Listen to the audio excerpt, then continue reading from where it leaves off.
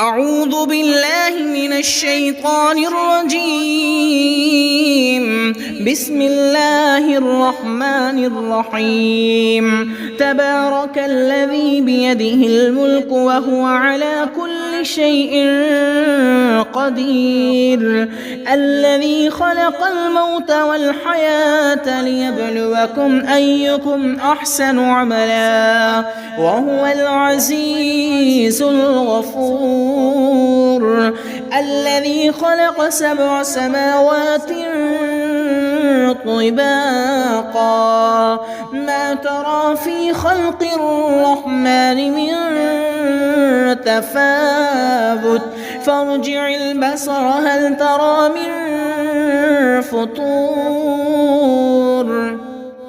ثم ارجع البصر كرتين ينقلب إليك البصر خاسئا وهو حسير، ولقد زينا السماء الدنيا بمصابيح وجعلناها رجوما للشياطين وأعتدنا لهم عذاب السعير، وللذين كفروا بربهم عذاب جهنم وبئس المصير. إذا ألقوا فيها سمعوا لها شهيقا وهي تفور تكاد تميز من الغيظ، كلما ألقي فيها فوج سألهم خزنتها ألم يأتكم نذير؟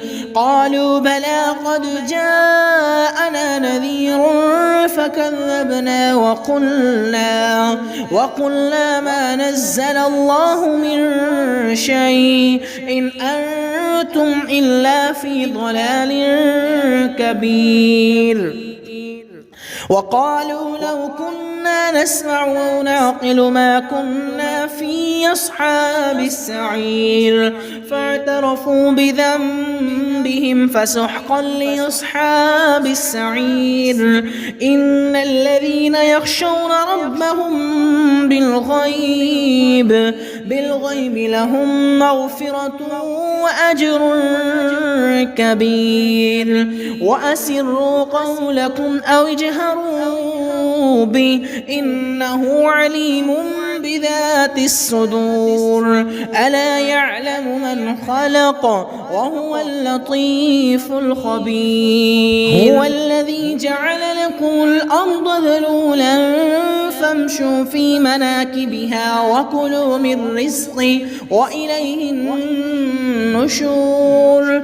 أأمنتم من في السماء أن يخسف بكم الأرض فإذا هي تمور، أم أمنتم من في السماء أن يرسل عليكم حاصبا فستعلمون كيف نذير. ولقد كذب الذين من قبلهم فكيف كان نكير. أولم يروا إلى الطير فوقهم صافات ويقبضن ما يمسكهن إلا الرحمن إنه بكل شيء بصير. أمن هذا الذي هو جند لكم ينصركم من دون الرحمن إن الكافرون إلا في غرور. أمن هذا الذي يرزقكم إن أمسك رزقا بل لجوا في عتو ونفور. أفمن يمشي مكبا على وجهه أهدى أمن يمشي سويا على صراط مستقيم. قل هو الذي أنشأكم وجعل لكم السمع والأبصار والأفئدة قليلا ما تشكرون. قل هو الذي ذرأكم في الأرض وإليه تحشرون. ويقولون متى هذا الوعد إن كنتم صادقين قل إنما العلم عند الله وإنما أنا نذير مبين فلما رأوه زلفة سيئت وجوه الذين